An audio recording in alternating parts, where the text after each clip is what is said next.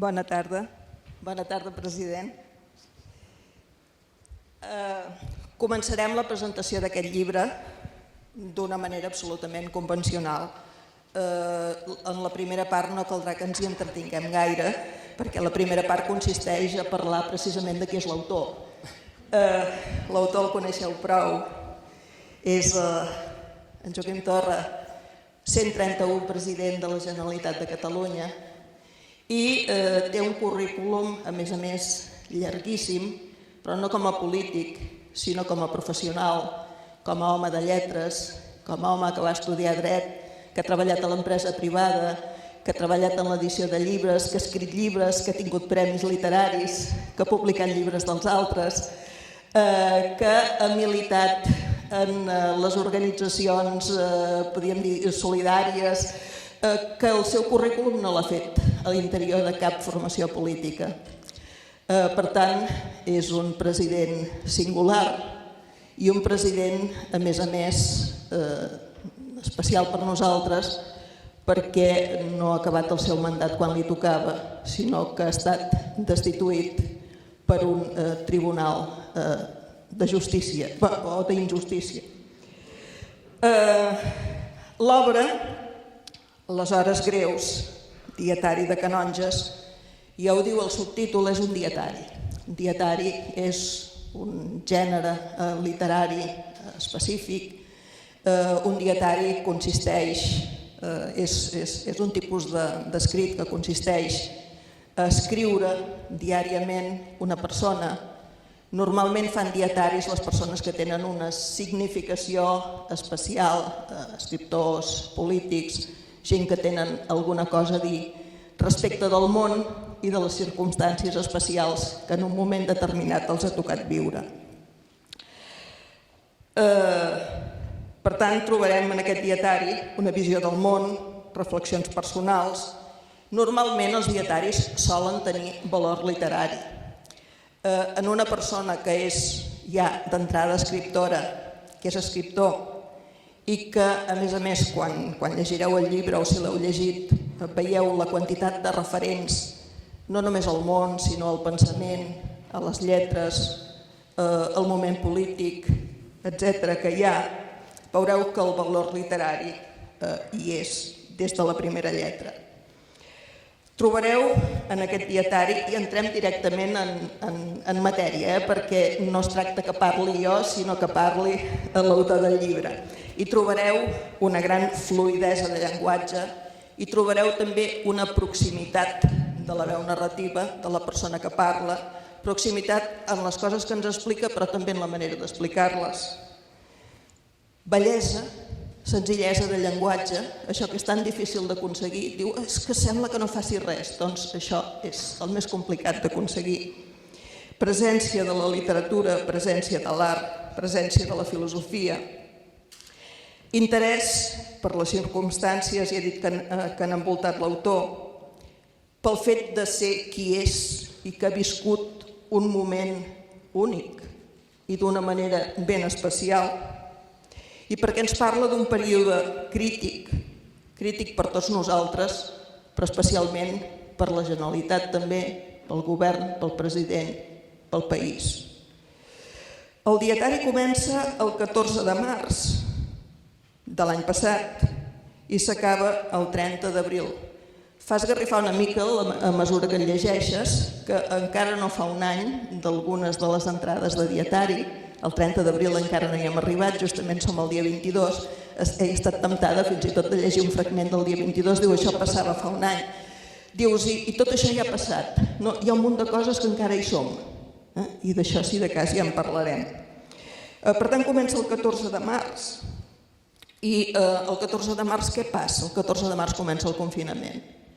Segurament molts de nosaltres recordem què van fer el 14 de març de l'any passat, o el 13 de març de l'any passat, que era un dissabte i diumenge, un cap de setmana. Jo recordo que a Valls segurament que molts havíem de fer una calçotada. Són aquelles coses que ens van quedar trencades, pendents. Aquí a Valls els caps de setmana fèiem calçotades i allò, paf, es va acabar de sobte. Els calçots es van quedar a la terra, les famílies i els amics es van quedar per reunir i el president es va tancar a Canonges. Aniré explicant el procediment, aniré llegint bocinets i aleshores aniré preguntant. El dietari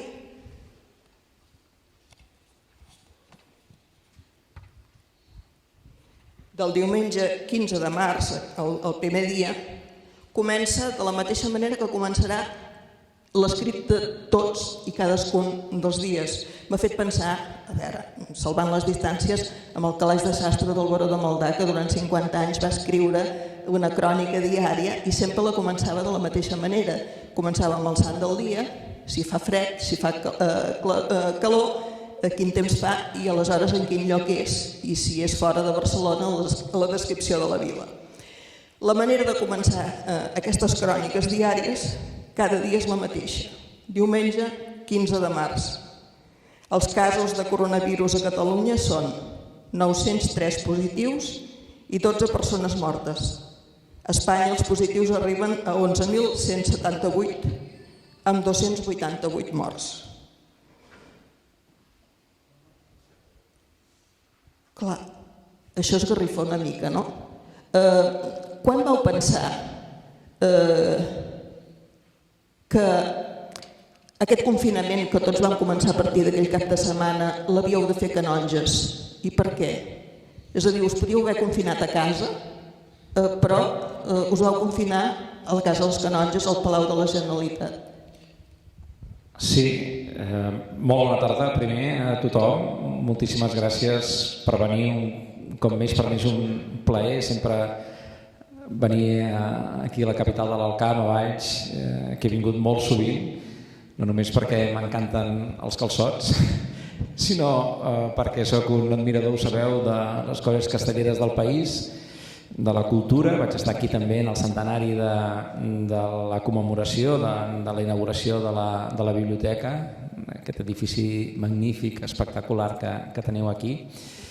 I ara recordava també que vaig ser present, més que res pel currículum que deia la Margarida. Moltíssimes gràcies, Margarida, per aquesta presentació i segur per la conversa que tindrem. També no sabeu la sort de tenir una escriptora com la Margarida també entre vosaltres.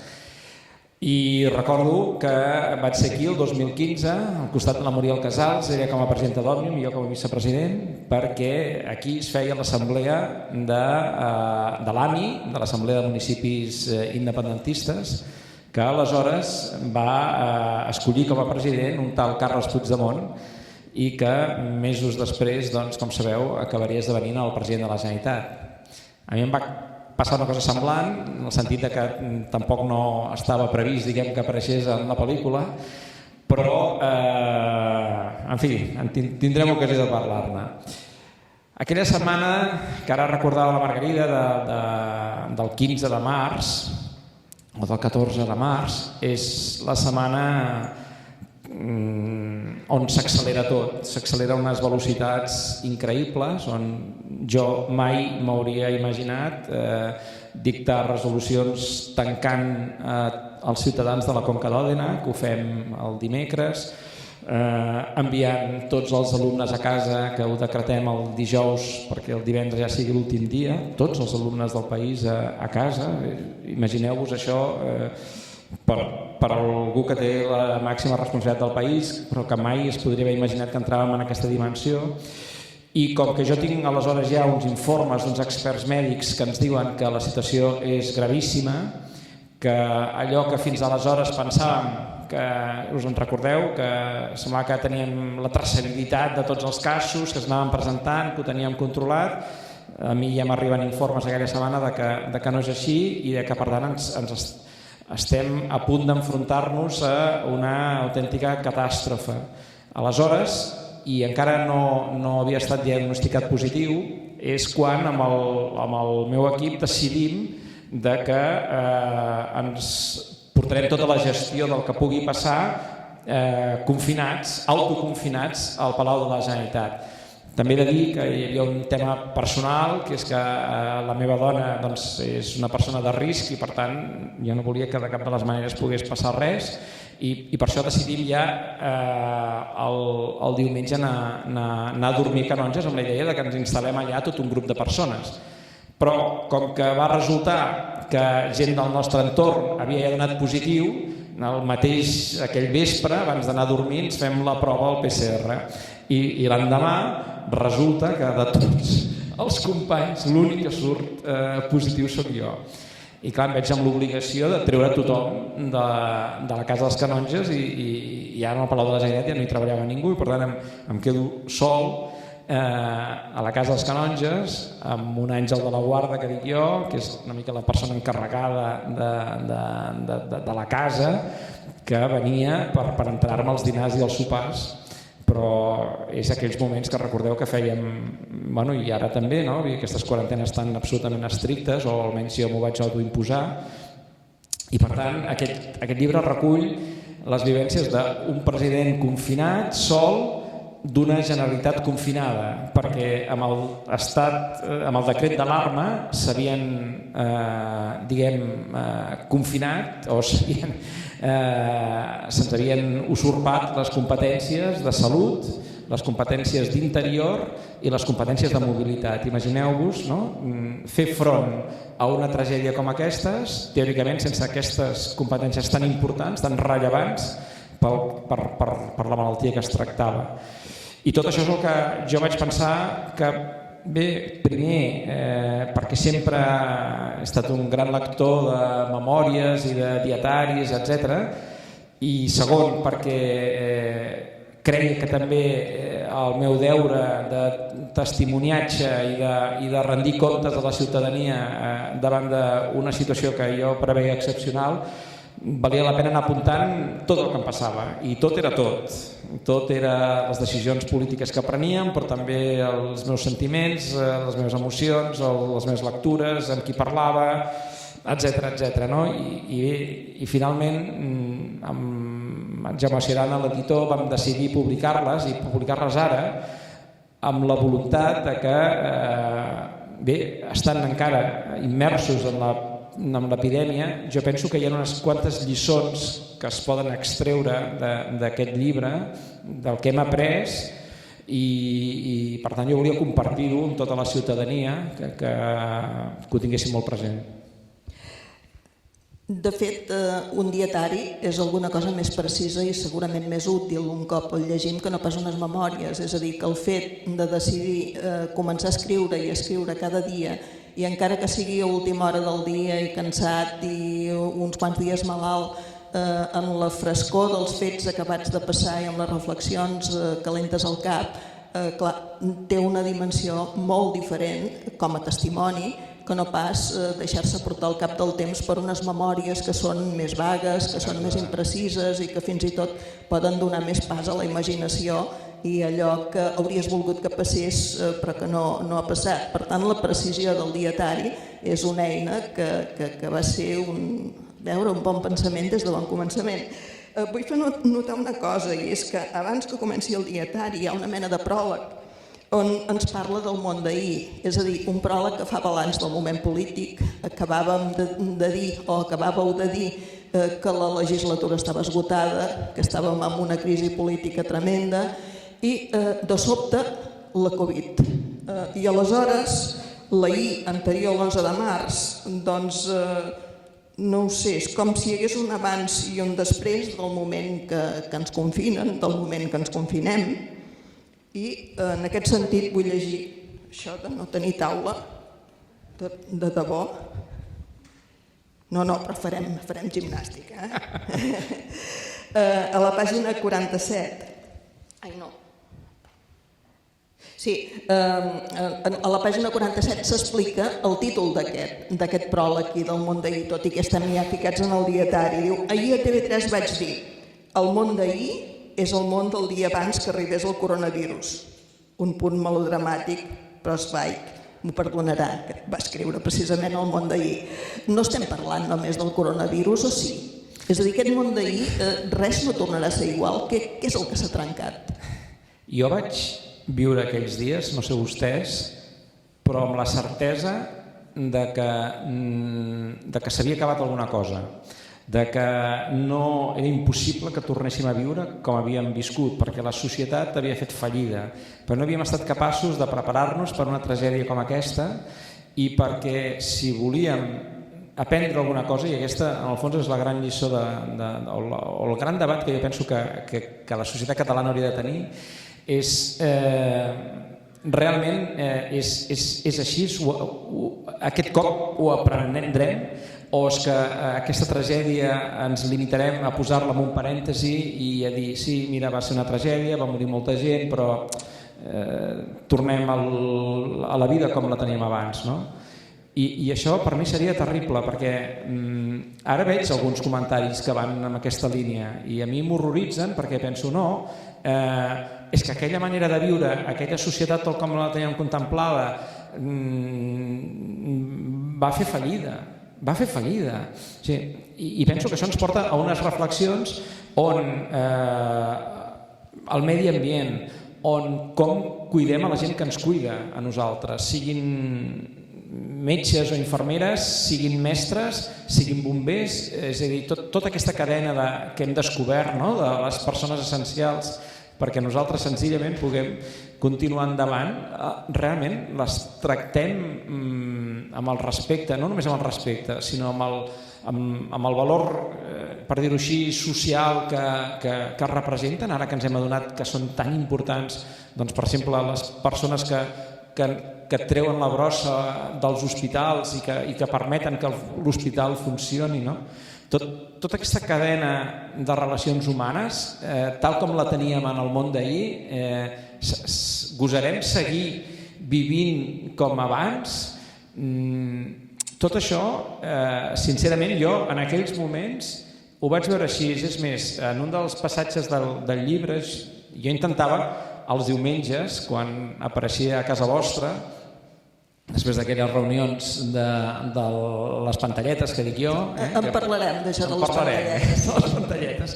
Doncs un dels diumenges, que sempre intentava fer un discurs una mica adreçat a algun col·lectiu en concret, un diumenge vaig dir als joves, perquè tenia tan clar que volia com traslladar-los o empoderar els joves de dir, és que el futur és a les vostres mans, de debò, no feu com el que ha fet la generació precedent, que ha portat això, que no ens n'hem pogut en sortir, que això és d'un abast mundial i per tant anem a fer els canvis que la nostra societat necessita, anem a tractar-nos d'una altra manera, anem a viure diferent, no?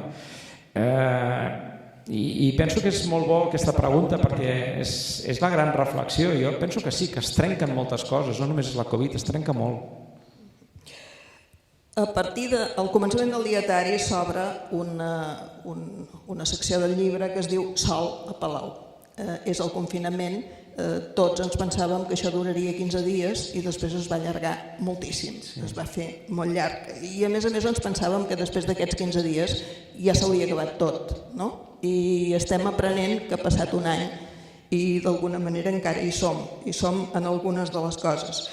Una de les coses que em crida l'atenció que noteu el primer dia, a la pàgina 38, és que diu no estava preparat per la crueltat de la política catalana. Això, aquesta reflexió, un cop sol, a Palau, allò tancat, diu, ostres. I més endavant hi ha allò, la trucada a la Carola, a la dona, que diu treu-me els ganivets que porto clavats a l'esquena, no? Ajuda'm, treu-me aquests ganivets. Aquest sol a Palau és literal o és metafòric? Fins a quin punt el president es va sentir sol a Palau? És que és físic. Clar, és que va ser una solitud total, de 15 dies més 15, perquè vam voler fer una requarantena perquè no pogués passar res quan tornés a casa i perquè també potser ja finalment ja m'havia fet a la vida al Palau i per tant a la casa dels Canonges.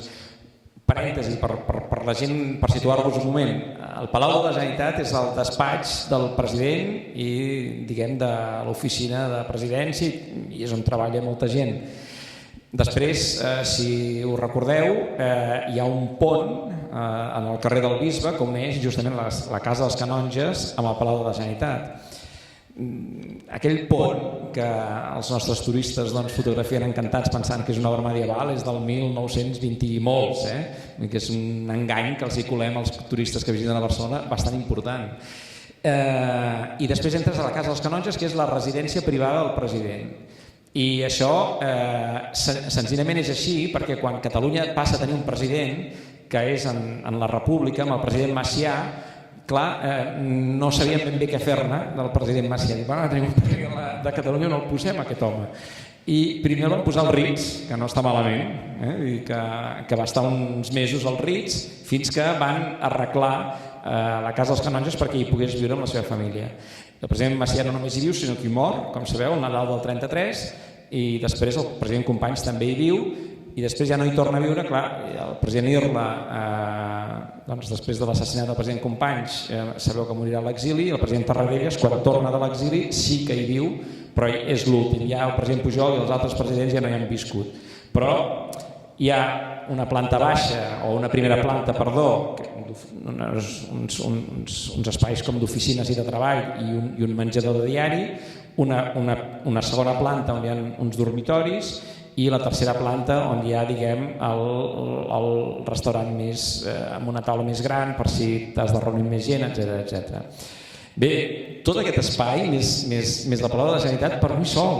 Clar, o sigui, és un confinament una mica especial, i quan vaig poder anar sortint del que era estrictament la Casa dels Canonges, al cap de 10 dies, que ja els metges em van dir ara ja pots sortir al pati dels Tarongers, doncs clar, jo feia la gran passejada, passava pel pont, anava fins al pati dels Tarongers, però clar, jo en el pati dels Tarongers, és que ho dic així però ho vaig veure així, és que gairebé que el silenci et rebotava, perquè si també us situeu ara a Barcelona, en el lloc on està el Palau de la Generalitat i al carrer del Bisbe, jo penso que tots els músics ambulants de Barcelona hi són allà, vull dir que hi ha un soroll i de turistes brutal, no? Jo estava al mes de març-abril al pati dels Tarongers i sentia les campanes de totes les esglésies de Ciutat Vella. O sigui, és per dir que és una solitud física que se't posava molt endins, i suposo que també podríem parlar d'una altra solitud, que és una solitud política, que bé, que aquesta potser arranca de més enllà, perquè bé, jo com sabeu no sóc una persona de partit i això té avantatges i té inconvenients, i jo potser en alguns moments o per les decisions que he pres o per les que no he pres, bé, no m'he sentit del tot acompanyat en el que jo creia que era el camí que havíem de seguir. Però en aquell moment la reflexió és d'una gran solitud acompanyada del pes d'una responsabilitat immensa, perquè cada dia t'arribava la llista de persones que havien ingressat a les clíniques, de les persones que havien traspassat, cada dia era pitjor, havíem entrat, en aquests 45 dies moren 10.000 persones a Catalunya per la Covid, 10.000 persones, i un dia, d'abril, ens adonem que en lloc de 3.000 són 7.000 els que havien mort, i jo vaig haver de sortir a explicar a la ciutadania, no, miri, és que és el doble, no? Tot això fa que sigui uns dies, bé, que en part el llibre va d'això, de l'angoixa, de molts sentiments. Aquesta ho tenia posat per dir-ho més endavant, però aprofitant, enganxant-ho ara que ho acabeu de dir, això que un bon dia de sobte descobrim que els morts són el doble, perquè els criteris de comptar morts resulta que no són els que s'havien de fer servir si volíem saber la veritat, perquè només comptàvem els morts que tenien un PCR que demostrés que havien mort per Covid, i en canvi les funeràries, els hospitals tenien unes dades que eren totes unes altres. Clar, això recordem que va generar tota una polèmica, fins i tot amb el govern de l'Estat, perquè deien que, escolta, que fa Catalunya aquí, que està ficant problemes, que està intentant, què volem demostrar, no? Clar, jo em plantejo, davant d'aquesta qüestió, anem a Plató, no? Quan diu que si convé mentir pel bé de la república, doncs això el governant ho ha de fer, no? Què hi ha en aquest moment, què se sent en aquest moment de dir, escolta, hem de dir la veritat, fins a quin punt som responsables d'explicar a la gent que està morint més enllà de les dades oficials? Què hi ha en aquest moment? No sé, potser ens vam equivocar, però jo la instrucció que vaig donar és la veritat, sempre, màxima transparència, acompanyats dels informes mèdics, perquè això va de salvar vides. Jo quan vaig veure en les primeres hores com enfocava el govern espanyol la gestió d'aquesta pandèmia, em vaig horroritzar. Vaig pensar, però per l'amor de Déu, allò de todos unidos contra el virus no tiene fronteres, després en va tenir, o bé, coses encara pitjors, perquè recordeu que versus el no confinament total de l'Estat, el govern de Catalunya va dir no, escolti'm, és que nosaltres tenim uns informes que diuen que tothom s'ha de quedar a casa, no només els que es poden quedar a casa, no, hem d'obligar que tothom s'hagi de poder quedar a casa. I aquí va haver-hi aquella polèmica durant aquells 15 dies terribles, del 15 de març al 30 de març, en el qual, com us podeu imaginar, bé, jo vaig ser crucificat, de fet des del primer dia que pateixo una crucifixió successiva, diguem, per part del govern espanyol. Trigaven 15 dies a prendre les mesures que havíeu proposat. Sí, però és que aquesta jo de debò, quan la gent m'ho comentava, dic, no, és que a mi, però és que de debò, si tu tens els informes dels experts mèdics que t'estan dient això és una catàstrofe, president, la gent s'ha de quedar a casa i s'ha de quedar tranquil·la a casa, que volia dir que la gent no havia de patir pel sou, que la gent no havia de patir perquè li carreguessin els autònoms les quotes, que la gent no havia de patir perquè en les seves empreses haguessin de pagar els impostos. No sé, a mi em semblava que eren mesures de tant sentit comú que, clar, que jo pensava, i aquest és un sentiment que jo tinc de la màxima impotència com a president d'una Generalitat autonòmica de no poder prendre jo les decisions que jo creia que en aquells moments eren necessàries prendre, perquè amb una catàstrofe d'aquest estil és el moment dels estats, és el moment de desplegar tota la potència d'un estat per atendre els teus ciutadans. I nosaltres no ho teníem, això, ens acabàvem de confiscar les poques competències que tenim i a sobre no teníem els recursos, però en canvi teníem la feina perquè, evidentment, els malalts els teníem als nostres hospitals i per tant et dona una sensació de dir però si és el moment d'endeutar-se fins les celles. Hi ha una conversa que transcric, perquè també en aquest país a vegades convé situar-se molt, no? Les dretes i les esquerres, i dius, bueno, i qui deu ser de què, no? Però resulta que jo en una de les converses que tinc amb l'alcaldessa Colau li dic, alcaldessa, escolta'm, que vosaltres maneu a Madrid, per l'amor de Déu, feu alguna cosa? Ajudeu-nos amb el confinament, ajudeu amb el suport als treballadors, ajudeu-nos amb tot això. I l'alcaldessa em diu, escolta'm, sí, però clar, si no cobrem els impostos, qui ho pagarà tot això? Perdó? És que vaig quedar de pasta de moniato, no? Doncs miri, que hem rescatat amb 60.000 milions d'euros als bancs, doncs ara gastem el que faci falta. Ens hem d'endeutar fins a les celles perquè això no ho pot pagar el ciutadà. El ciutadà ha d'estar tranquil a casa per poder fer la quarantena tranquil·la, no sé. I jo vaig veure que enfront d'un estat que això ho plantejava com una guerra, jo vaig dir, no, és tot el contrari. La guerra contra el virus la vamos a derrotar. La vamos a derrotar unidos. Quan això era un tema de solidaritat, era un tema de contracte social, de dir, si tu compleixes amb les mesures de prevenció no posaràs en risc ni la meva salut ni la meva vida, i si jo faig el mateix a tu també no et poso un risc. I per tant era un tema de convenciment de la ciutadania que es conscienciés que havíem de prendre tots unes mesures, no? I jo pensava, però si els catalans amb això anem molt forts, si aquí és on nosaltres excel·lim, en aquesta solidaritat, en fer pinya, en treballar l'actitud cívica, no?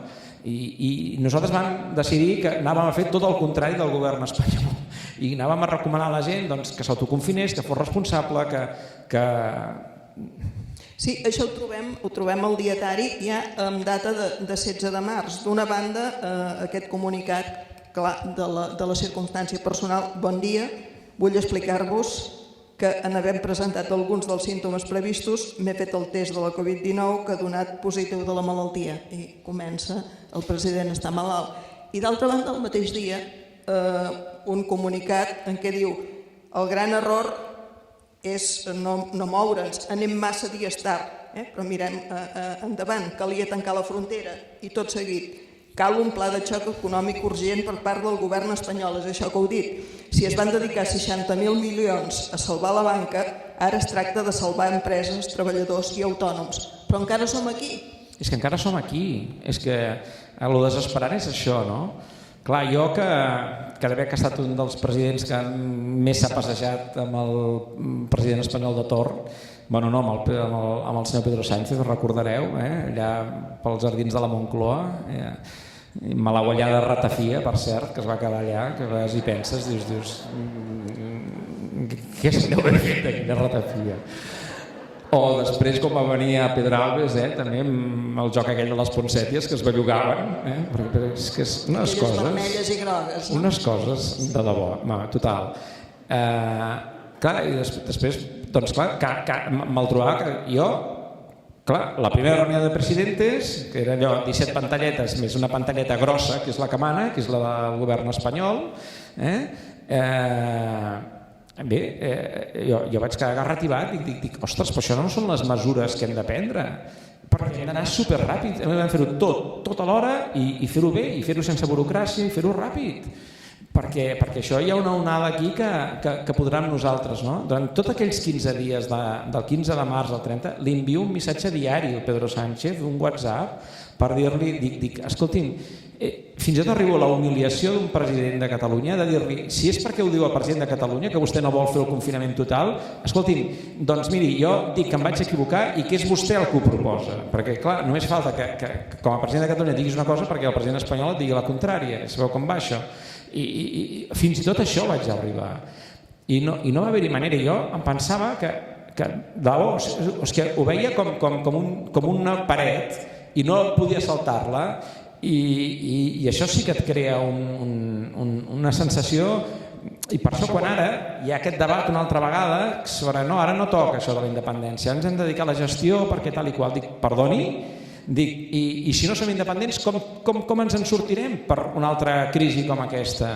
Perquè no tenim els recursos, ni podem disposar ni legislar sobre el que nosaltres creiem que hem de fer.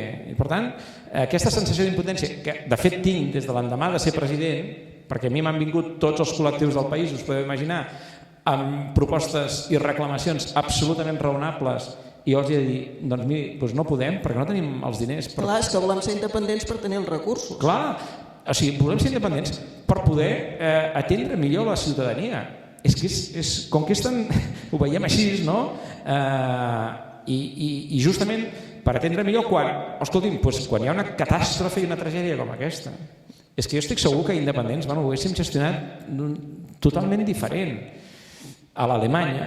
I precisament recordo i he transcrit un discurs que fa el president d'Alemanya, magnífic, que és un discurs excel·lent perquè posa l'accent en això, en l'actitud cívica dels seus ciutadans, etc. I sobretot perquè al final diu una frase que jo també m'he fet meva, diu, us felicito, compatriotes alemanys, diu ell, perquè jo us he vist créixer com a persones i jo he tingut el gran privilegi com a president també, i no voldria que passés per alt, de veure créixer la ciutadania de Catalunya com mai, en una actitud de solidaritat increïble, des de milers d'empreses que van posar-se a produir material sanitari, conglomerats d'empreses i d'enginyeries per tirar endavant respiradors, a gent que tenim arreu del món, empresaris i gent amb molt de talent que em trucaven a mi o a la meva dona per no posar-me en cap compromís, per dir-me tenim un contacte que podem flatar un avió amb material sanitari i jo endavant, o col·laboradors i voluntaris de la Creu Roja que anaven a portar als nostres avis que viuen sols els dinars i els sopars. Hi ha per no limitar-me als aplaudiments de les 8, vull dir, la gent es va posar a fer coses i molta gent anava als hospitals i els donava menjar o suport als autèntics herois que han sigut el personal sanitari, que aconseguim en aquest país que abans de la Covid teníem 600 llits de crítics. En un moment determinat d'aquest abril tenim 1.300 persones en els llits de crítics atesos en els hospitals catalans. Això vol dir que tripliquem els llits de crítics en res, en 3-4 setmanes. I això per un hospital vol dir una capacitat de reorganització, però alhora també vol dir un esforç i una dedicació que jo no sé si ho hem valorat prou. De debò, no sé si ho hem valorat prou l'esforç que ha fet increïble el nostre personal sanitari, tant d'hospitals com de primària. Tenim un país magnífic i una gent magnífica. Hi ha uns aspectes que, llegint el dietari, m'han recordat coses grotesques que havíem viscut, com allò que si el govern de la Generalitat, per exemple, aconseguia mascaretes o aconseguia respiradors o no sé què, venien d'on es veuen i els requisaven. Aleshores, clar, tota aquesta història... Els havíem d'entrar com pirates, com clandestins nosaltres. Clar, aquesta història dels avions que venien de la Xina però que estaven amagats i que no es podia explicar que venien avions amb material sanitari, com se viu aquesta situació absurda i com, clar, nosaltres ho vam viure com a espectadors i de tant en tant ens arribaven informacions i pensàvem, bé, això seria de la Codorniz o seria d'una revista satírica, allò per riure humor negre, no? Però sent el president del país, quina mena d'impotència i quina mena de coratge t'agafa davant d'aquestes situacions? Sí, no, tens tota la raó i he pogut explicar alguns casos, altres no els puc explicar encara, per motius obvis, no? Però és que era així, vull dir, a més entrem, clar, tot el món entra en un pànic que fa que el mercat de productes sanitaris es converteix en un mercat de pirates. Les mascaretes abans del 15 de març valien 0,1 euros, doncs el 15 de març valen 1,1 euro. Tot és així. Nosaltres vam perdre un avió perquè va venir un estat i va posar 1 milió d'euros a sobre de la taula del proveïdor i se'n va anar cap a un altre lloc, enlairant-se gairebé. Coses demencials, però és que a més havies de lluitar contra el teu estat perquè et podies requisar el material i jo necessitava que aquell material que se suposava que amb les competències que havia centralitzat l'estat espanyol ens havia d'arribar per part de l'estat espanyol, no només això, sinó que havia d'aconseguir el material que ens arribés com fos, com les urnes gairebé, perquè poguessin arribar fins a casa. Perquè no només era patir per la gent que estava patint als hospitals, era patir per els nostres personal sanitari que s'havia d'enfrontar amb unes condicions perquè no ho havíem previst. Senzillament, per això insisteixo tant amb la gran lliçó de dir allò va fer fallida, aquella societat, aquella manera de fer fallida i Déu nos en guarda de pensar que pugui tornar a passar una epidèmia com aquesta, però sí que hem d'estar preparats, hem d'estar i sobretot ens hem d'adonar de qui aporta, qui és essencial en aquest país i que mereix un tracte per part nostra molt i molt diferent. Hi ha empreses que es posen les piles, que fan respiradors i que en un moment determinat tens els respiradors a punt i resulta que no els pots homologar perquè els ha d'homologar l'autoritat sanitària espanyola. Bueno, és que això també era espantós. Vull dir que, clar, tot ha de passar per Madrid, llavors també les autoritzacions i les homologacions també, clar. I jo li vaig dir al meu secretari, dic, bé, és igual, fem la homologació catalana o comencem, és igual, sense homologats, però és igual, portem els respiradors als hospitals, és que no podem perdre una hora.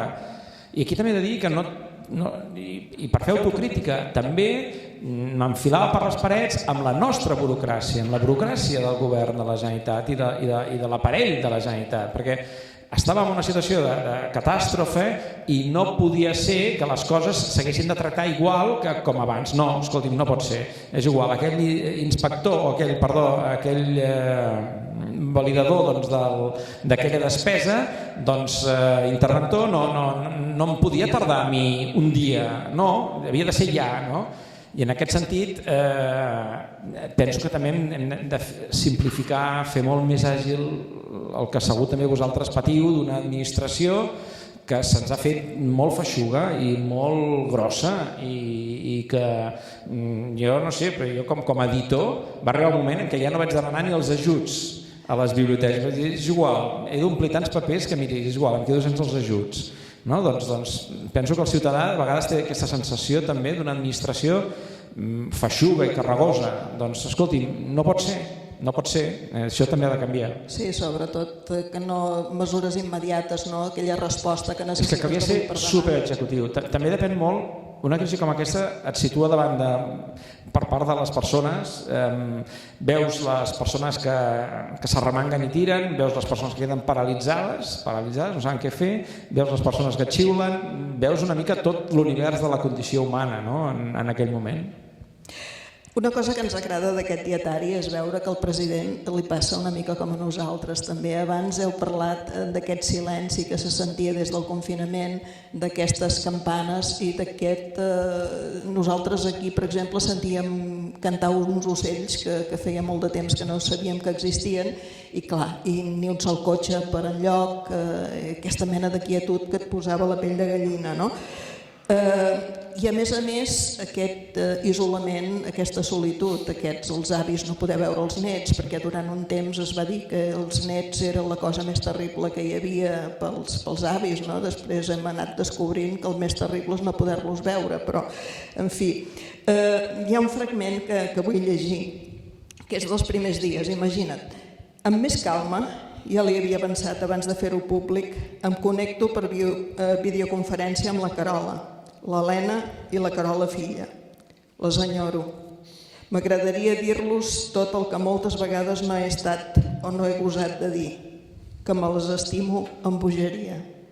Això és extraordinari perquè ens fa sentir en el moment de la solitud, en el moment de l'isolament, en aquell moment de tancament, el que ens havíem deixat de dir tots, no? Dius, el president és una persona com nosaltres i ho podem compartir de la mateixa manera que podem compartir una imatge bellíssima, que això només un escriptor ho sap escriure. Diu, trec el cap fins al pati dels tarongers. El seu silenci rebota contra les pedres. El terra es moll. Els tarongers tremolen pel vent. Les gàrgoles tenen un aspecte fantasmal. El campanar sembla un monstre de Lovecraft. Vaig al llit entre paracetamols, però també hi afegeixo mucolítics i aspirines, perquè he llegit a internet que a algú li va bé. És a dir, faig tot el que no s'hauria de fer. A mitjanit escric a Cesc Esteve: hem de fer el que sigui per confinar Catalunya. Per exemple, utilitzar la inspecció de treball, el que sigui, que es miri totes les eines i solucions possibles. M'adormo. Hi ha dies que costa dormir. Hi ha dies que expliqueu que, a més amb el Covid, que tampoc no és que no us van haver d'hospitalitzar per sort, però esclar, té els seus efectes, no? Una cosa que expliqueu és que durant dies us costa llegir. Us costa llegir per dues coses. Primera, per aquella biblioteca que hi ha a la Casa dels Canonges, que és una biblioteca pròpia d'uns polítics que no llegeixen. Francament millorat. Clar, s'evidencia que allà no hi ha anat mai ningú amb ganes de llegir, però us fa companyia Pompeu Fabra. Però és que això li passa a molta gent, sobretot els primers dies. Tot i que un no tingui la Covid, hi va haver molta gent que li va costar moltíssim llegir. I en canvi trobem un president que també, a part que de mica en mica va llegint i va conciliant aquest gust per la lectura que ja tenia, veu sèries. Veu sèries per la televisió, perquè en un moment que no et pots concentrar en altres coses i quan els mals de caps de la política suposo que són gruixudíssims, deixar-te anar amb una sèrie descansa molt. Això ens humanitza el president. Com va anar tota aquesta experiència? Sí, suposo que com tots, no? Jo al començament vaig quedar com bloquejat o concentrat només en la Covid, i fins i tot em semblava que traïa com el meu deure si pensava en alguna altra cosa, i era incapaç d'agafar un llibre, era incapaç d'escoltar un tros de música, res, zero. Fins que també s'explica en el llibre, hi ha un moment també d'un cert col·lapse emocional, per dir-ho d'alguna manera, i jo truco a una psicòloga perquè em donés un cop de mà i em va dir una sèrie de consells que a mi em van anar molt bé i que, si us sembla, comparteixo també amb vosaltres. En primer em va dir, jo havia tingut per trucades de gent que precisament em trucaven per donar ànims i veure com estava, doncs més aviat per l'amistat, el que fos, et trencaves. I per tant jo pensava, clar, jo no puc sortir a parlar a la ciutadania de Catalunya i tenir un moment en què l'emoció em pugui desvirtuar el discurs, perquè penso que és un moment que has d'estar molt serè, has d'explicar la gravetat de la situació, has de donar confiança, era un equilibri molt difícil. I aquesta psicòloga em va dir, president, no passa res, les emocions hi són, segur que molta gent està plorant en aquests moments, però et recomano que dosifiquis el plor. I em va anar molt bé, així ja sortia plorat del llit, diguem, ja havia fet una part i la resta anava intentant controlar jo els plors. I després acabava el dia, em tornava a ficar al llit, que per cert em tornava a ficar pel mateix forat del llit, perquè he de confessar que en aquells 10 dies aquell llit no es va fer ni un dia. Però bueno, en fi, són d'aquestes coses també. Però a poc ella també em va dir, escolta, a partir de les 10 del nit s'ha acabat, agafes un llibre, però no se t'ocorreixi ni obrir Twitter, ni escoltar notícies, ni res. No? Perquè era quan arribava justament el parte de les persones traspassades, etc. I era un moment molt d'impacte.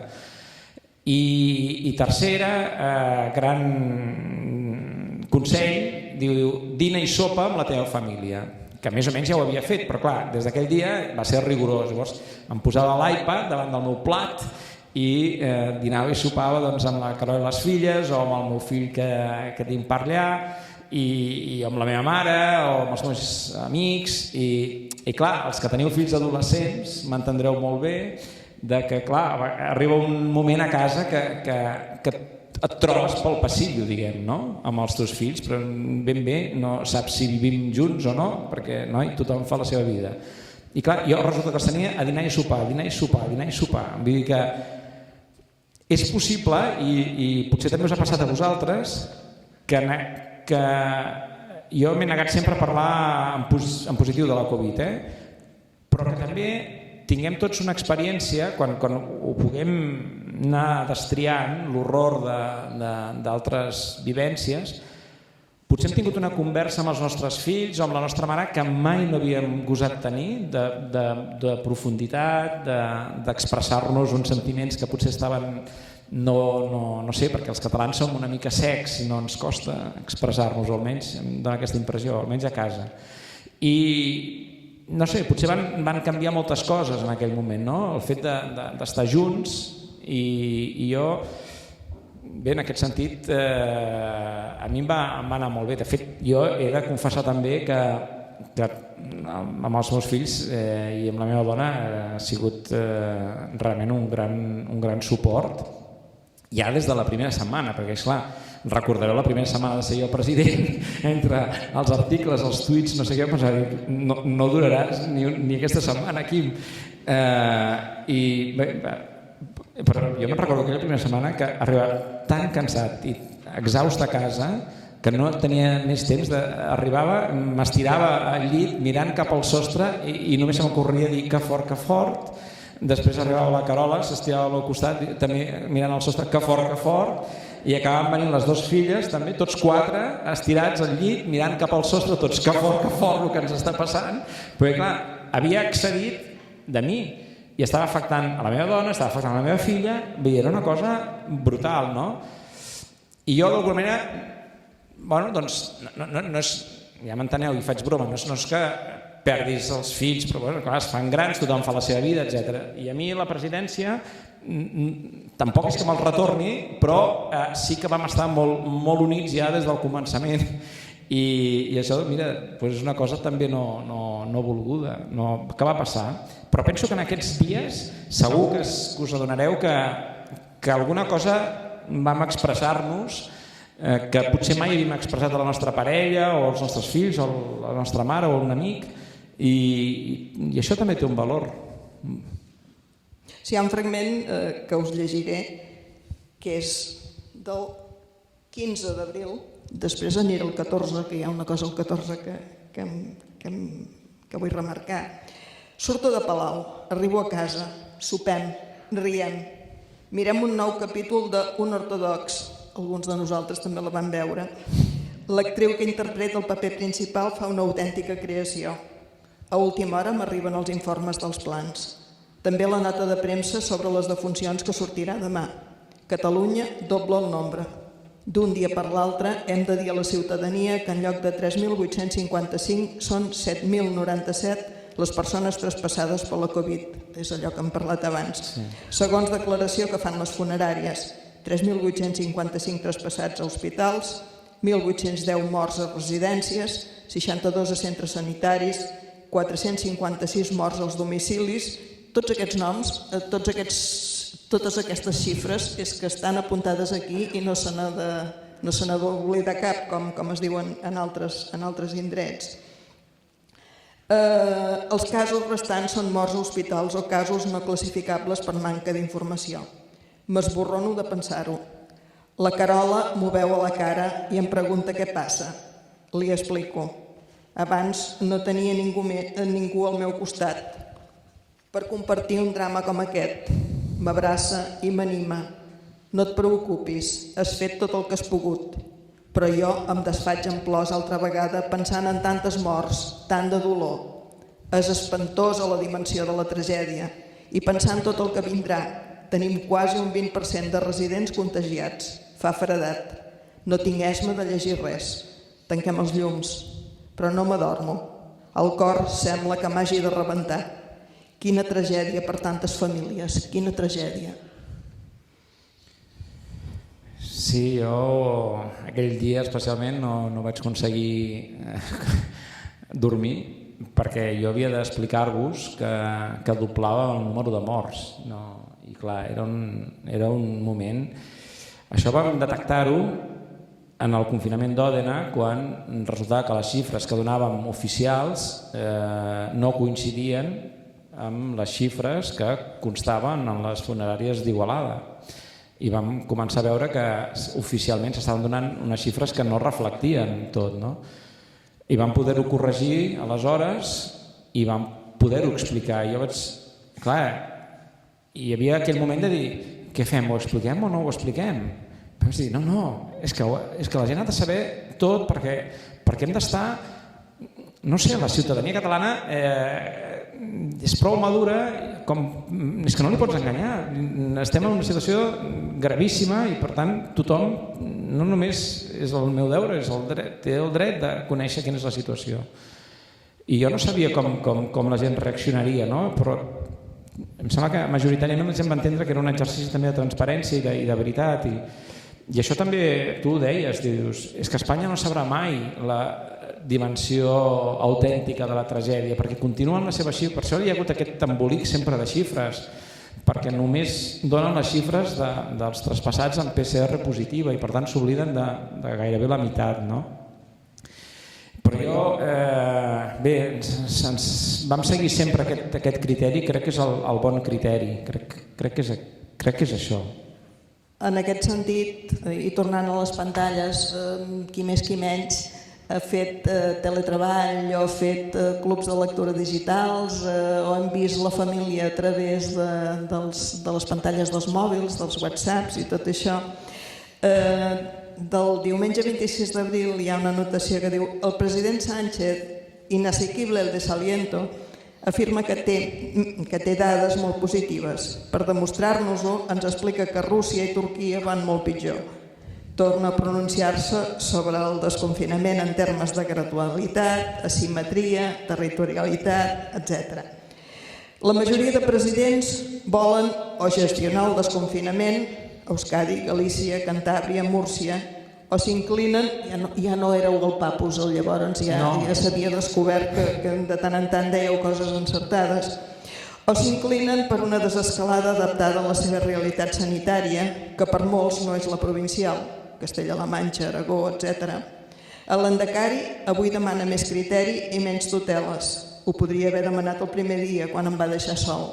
Ui, Això va doldre, no? Molt. Sí. Perquè havíem parlat abans, les hores abans de la reunió, de la primera reunió, ens havien acabat de confiscar les competències a tots i ell em va dir que estava molt dolgut i que pensava fer no sé què tal qual, i el dia de la reunió noi, em vaig quedar sol jo una altra vegada, no? I no sé, em va doldre molt.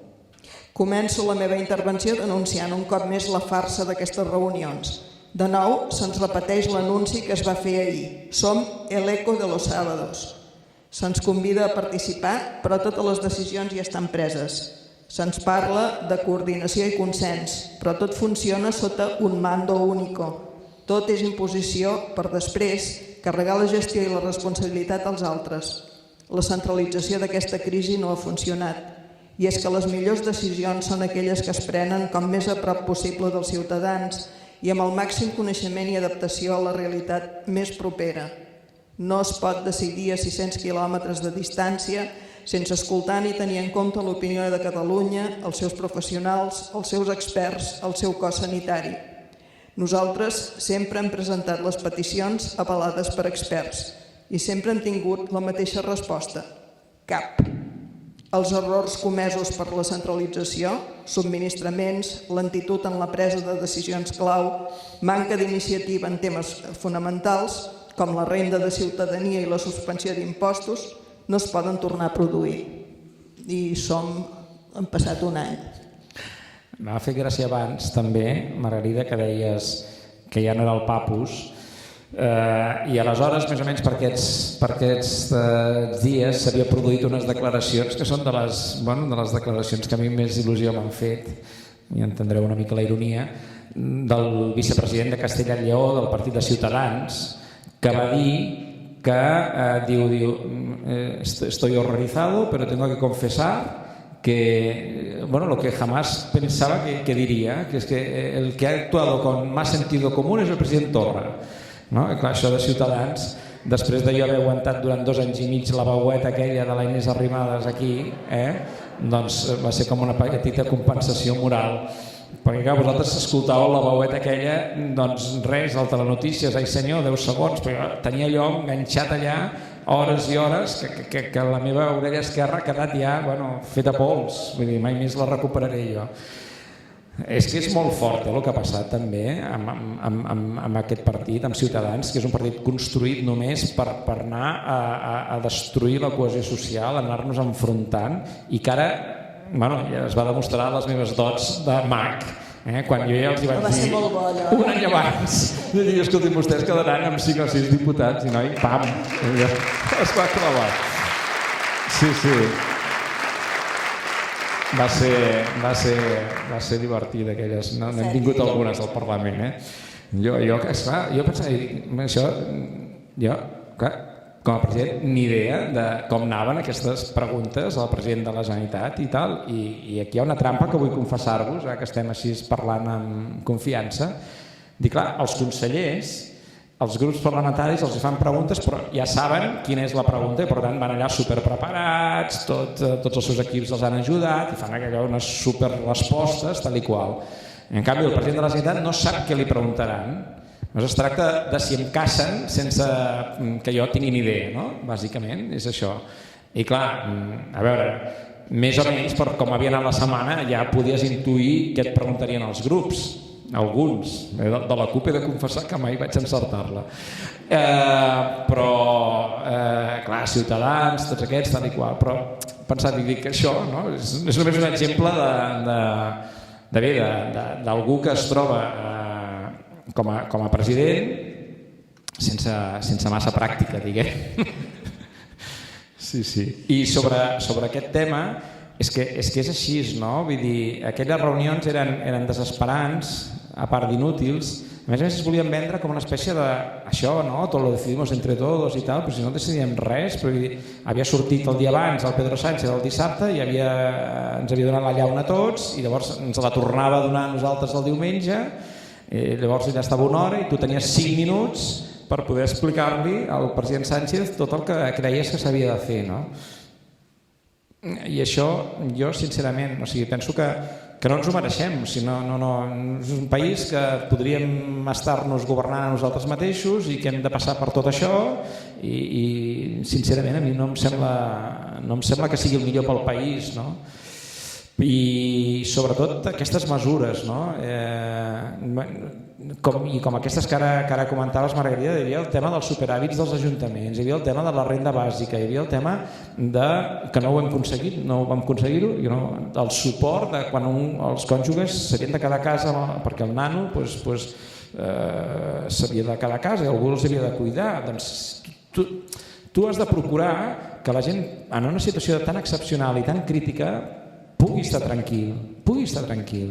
Jo parlava aquells dies amb un amic nostre que treballa en un restaurant de Copenhague i que, bé, un dia el truco i com esteu? Mira, confinats a casa.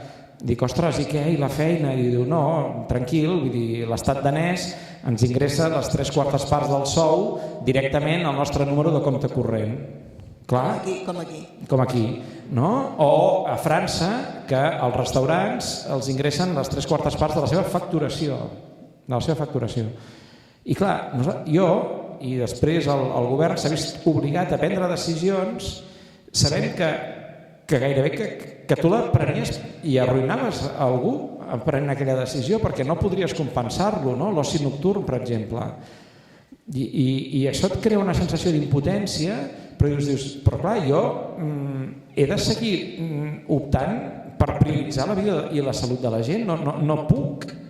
I almenys jo, mentre vaig ser president, us asseguro que la vida de la gent va estar al davant de tot i aguantant unes pressions que no us podeu ni imaginar, però per mi era importantíssim. Però dius, per què hem de patir aquesta impotència si aquest país genera els recursos suficients com perquè puguem atendre la nostra ciutadania, no només en època de crisi, que sobretot en època de crisi, però normalment d'una manera decent i digna, no?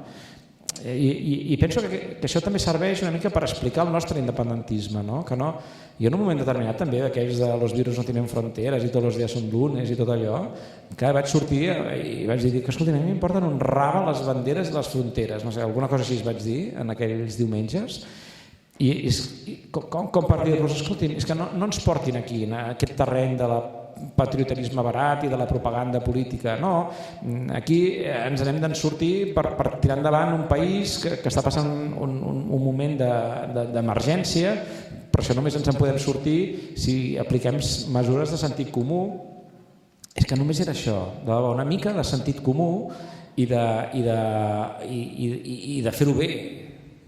Hi ha en algun moment d'aquestes reunions o d'aquestes compareixences dels dissabtes i aquestes reunions dels diumenges que nosaltres des de casa, des de la tele de casa, teníem la sensació d'una voluntat d'escarni públic del nostre president. Hi havia un punt, Sí, i aleshores, esclar, senties que s'equivocaven, perquè és que no estaven escarnint el president, sinó que s'estaven burlant del país, no? Que al darrere hi érem nosaltres amb les nostres necessitats i el nostre sofriment i aquesta necessitat de tenir els recursos per afrontar la nostra organització, és a dir, les solucions de les nostres coses. Llavors aquest escarni de la persona, aquesta banalització de Catalunya pensant que al darrere d'un president o al darrere de la Generalitat no hi ha la gent, és no haver entès res. Mira, jo li he donat moltes voltes a aquest fet, no? Perquè, clar, de fet aquest llibre és la història d'un president confinat, d'una Generalitat confinada o d'una Generalitat pràcticament sense competències. I dius, com vam poder mantenir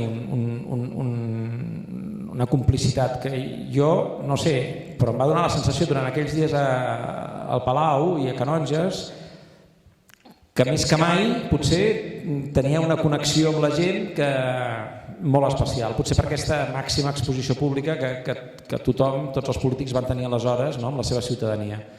Però clar, és que el president de la Generalitat era un president sense competència, era un president amb una càmera que jo m'havia d'endollar, m'havia de posar un micròfon, trucar a TV3 amb un mòbil, amb l'altre em passava no sé qui, l'altre passava l'operador d'Altres Notícies i pam, entrava jo a casa vostra. Per algú del segle XIX com jo, tot això us asseguro que és impossible, no ho aconseguiràs mai, no sortiràs mai a TV3, no? I sí, va anar passant, no? I aquelles connexions en directe i intentant explicar a la gent el punt de gravetat, però alhora com ens en podíem sortir, i una mica tot aquest tema, diguem, dels diferents col·lectius als quals volia adreçar-me cada diumenge. Jo li he donat moltes voltes a dir, però què ha passat aquí? Com pot ser? I per mi l'important també és que la gent no escoltava el Quim Torra, escoltava el president de Catalunya. I ho has dit molt bé, Margarida, i hi ha en aquest país un respecte immens a la figura del president. És a dir, i jo penso que això, en un país d'institucions tan desballestades com les nostres, que un dia hi són, l'endemà no hi són, tal, doncs és important. I no és cap mèrit meu en absolut, sinó justament vivim una mica del mite o del símbol, millor dit, del símbol dels presidents republicans, de Macià, Companys, Irla. I per tant la gent se sent com una institució molt pròpia. Això a mi m'ha afegit sempre, perquè ho sospitava, una pressió addicional a dir l'únic que no pots fer, Quim, és fallar-li a la gent. No, des del primer dia, però especialment en aquests dies de la pandèmia, no? I bé, és que només ho puc entendre així, perquè si arriba a ser per les tertúlies i les xarxes i tot el que s'ha dit de mi, doncs clar, jo pensava, dic-me, avui que vas a Valls o ahir que vas a no sé on, avui Quim s'ha acabat, lapidat, et tiraran pedres i moriràs aplastat per les pedres, perquè, en fi, clar, ha sigut brutal, no? I en canvi jo he anat amunt i avall del país aquests 2 anys i mig i m'he sentit sempre molt ben acollit. Quan se m'ha adreçat algú que em volia criticar o dir-me no sé què, doncs encantat d'escoltar-lo i no sé, m'ha donat la sensació. També ho dic en el llibre, potser jo només podia jugar la carta de la proximitat perquè no tenia experiència política i bé, com que en definitiva amb molta gent he estat treballant amb la família Òmnium, amb els companys de l'assemblea, no sé què, a mi m'era molt fàcil parlar amb la gent, no? Potser ha estat això, no ho sé, però en qualsevol cas, insisteixo, no és el Quim Torra, com no ha sigut el Carles Puigdemont o l'Artur Mas o el president que sigui, que vingui ara. És la idea de la presidència, del president de Catalunya, no? I que en un moment tan greu per al país el president de Catalunya t'està dient què està passant. Això era una mica el que volíem transmetre i si mínimament ho vam aconseguir doncs estic molt content. Jo em va donar la sensació, és a dir, jo aguanto els anys de presidència perquè el teu cercle íntim t'aguanta, és cert.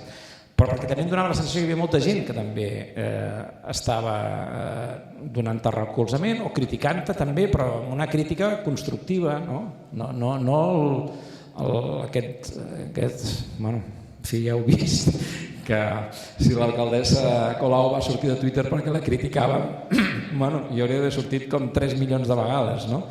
Però bé, també penso que és part del que hi ha. Et fiques en política, doncs escolta, la gent et criticarà. I si a més resulta que ets un polític independentista que vol avançar, doncs comptes amb que tot l'establishment català i espanyol, que justament sap que la independència és la seva fi, tot aquest establishment es mourà per veure com et pot desacreditar, deshumanitzar, el que sigui, no? I això ja sabem que és així. Jo, ara que recordem els 90 anys de la proclamació de la República Catalana del president Macià, jo voldria recordar que ara el president Macià el veiem tots com l'avi venerable, tal i qual. Escolta'm, els seus contemporanis, 3 mesos abans, era el boig Macià, era l'home que havia intentat envair Catalunya des de Prats de Molló. I la gent com rient-se'n, no? I en canvi la gent va veure en aquella figura algú que va estar voltant per mig món per fer el que fos per la llibertat de Catalunya. I bé, en el fons jo penso que aquest ensenyament del símbol, a mi t'han acusat de president simbòlic i retòric i tal i qual, Doncs miri, en aquest moment de l'epidèmia potser el símbol permet que jo pogués tenir aquesta comunicació amb la ciutadania, perquè no teníem res més. És la força institucional del càrrec. Molt, ho vaig notar-ho. Clar, el 131 president de la Generalitat de Catalunya, això no és una broma, aquí no és ni un president vicari, ni substitut, ni res, és el 131, el que succeeix el 130 i el que és abans del 132. I si em permets també amb això també del president vicari, Titella, l'home de no sé què, de Waterloo, de no sé què, doncs com volia que fos un president que agafa el càrrec sabent que hi ha un president a l'exili?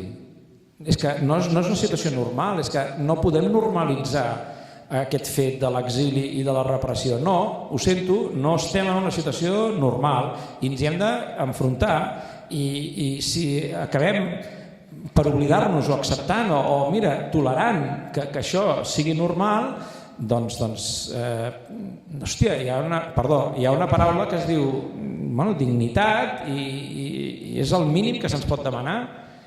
No sé. Aquesta rebel·lia, aquesta voluntat de no plegar-se a les circumstàncies la trobareu al llibre. M'adono que hem anat bastant enllà del rellotge i molts de vosaltres voldreu que el president no signi el llibre. Per tant, el millor que podeu fer és llegir-lo, comentar-lo i recomanar-lo si us agrada, perquè hi ha moltes coses. Trobareu un president proper, trobareu explicats molts secrets d'alcova d'aquests moments complicats, d'aquest mes i mig complicadíssim que cadascú ha viscut a la seva manera. Trobareu tots els documents relatius a les mesures que es van prendre en un apèndix i a més la promesa que aquest dietari continuarà més enllà d'aquestes hores greus que són aquests 45 dies terribles. No sé si més que una promesa és una amenaça. Una amenaça. Si és com aquesta, doncs la podeu complir. Moltes gràcies, president, per ser avui aquí a Valls, per explicar-nos el llibre, per compartir aquestes hores greus i sobretot pel vostre suport en els moments difícils. Gràcies. Jo volia, si em permeteu, perquè és que abans m'ho ha comentat una persona que havia escoltat alguna altra entrevista, diu, ens explicaràs allò de la teva mare? I si us sembla doncs acabaríem amb aquesta anècdota que també té un punt divertit i així també ens anem una mica més alegres també hem de compartir l'alegria. I res, és que resulta que quan, clar, jo ha quedat clar que em sembla que era un president que no s'esperava ser president, no? Això ha quedat clar. Però és que la meva mare, ens hem de situar, que també és un personatge que en parlo bastant en el llibre, perquè és un personatge molt important per mi, per la meva formació, els meus pares en general, així com el meu pare era un catalanista terrorífic, la meva mare, diguem que era d'aquelles persones de fill meu no et fiquis en política. I pam, acabo amb el... Però durant molts anys jo li vaig fer cas a la meva mare, perquè ja veieu que això de la política no acaba d'anar amb mi.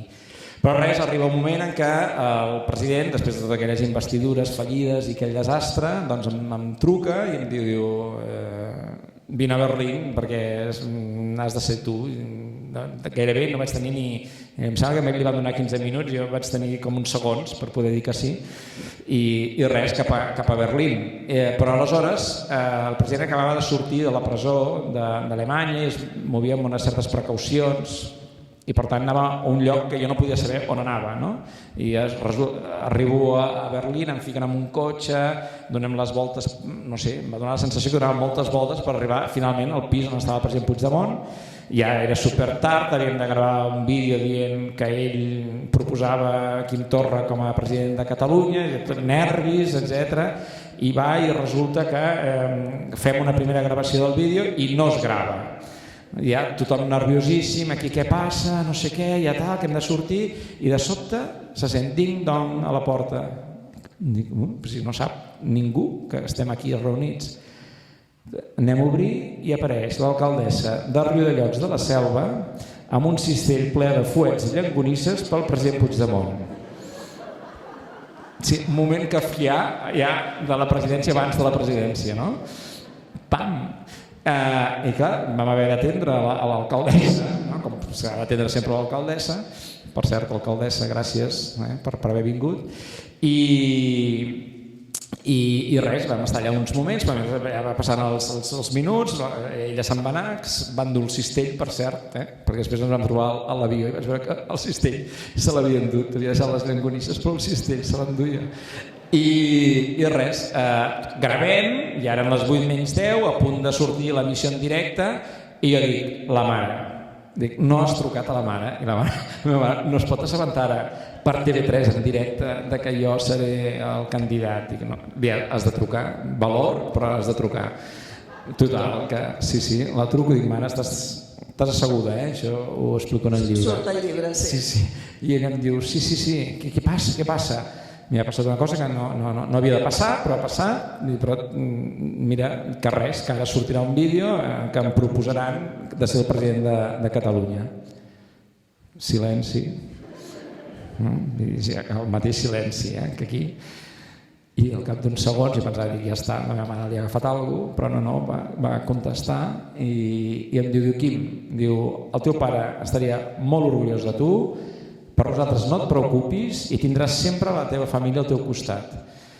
I des d'aleshores, quan la teva mare en aquell moment precís et diu unes paraules com aquestes, tu tires endavant a la presidència i fins al que sigui. Vull dir que moltes gràcies a tots.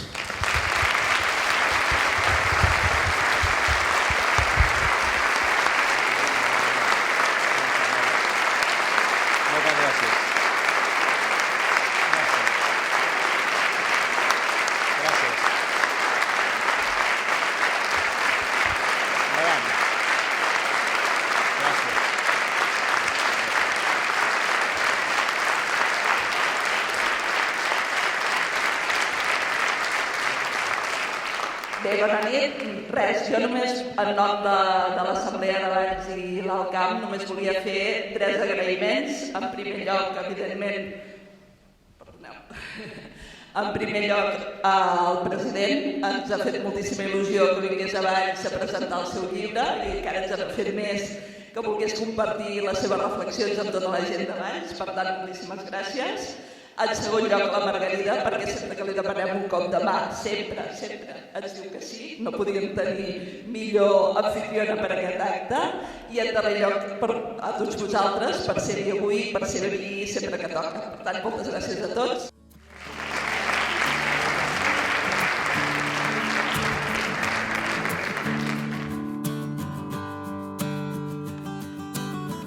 Thank you.